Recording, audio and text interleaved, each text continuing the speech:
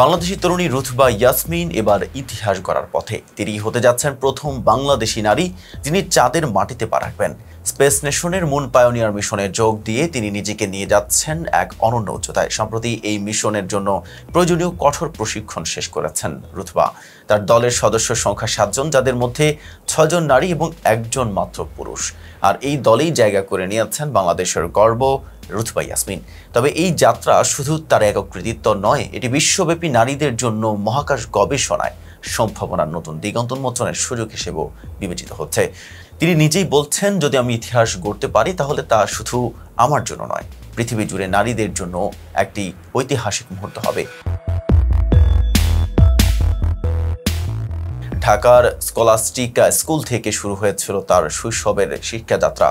এরপর যুক্তরাষ্ট্রের Mount হলিউ college থেকে পদার্থবিজ্ঞানের স্নাতক এবং করোনাকালীন সময়ে দেশে ফিরে ডেটা সায়েন্সে স্নাতকোত্তর সম্পন্ন করেন।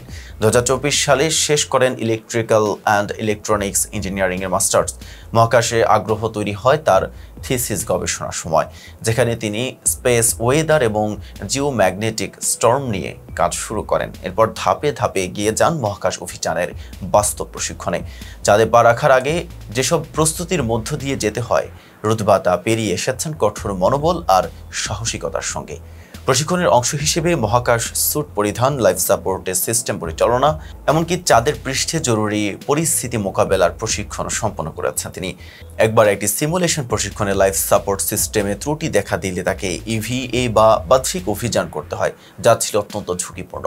প্রশিক্ষণকালীন অভিজ্ঞতা প্রসঙ্গে তিনি জানান, সমস্যা দেখা দিলে দ্রুতই সিদ্ধান্ত নিতে হয়। সবকিছুই সময়ের উপর নির্ভর করে এবং সঠিক যোগাযোগই সেখানে জীবন বাঁচায়।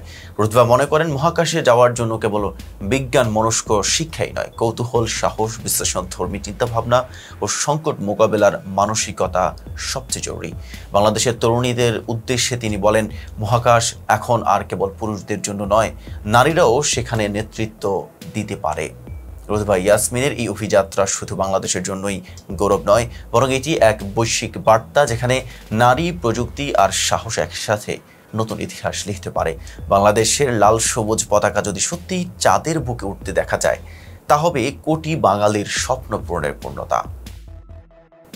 এতক্ষণ সাথে ছিলাম মেহেদি হাসান। ফেসবুক বলে সাথে থাকার জন্য ধন্যবাদ।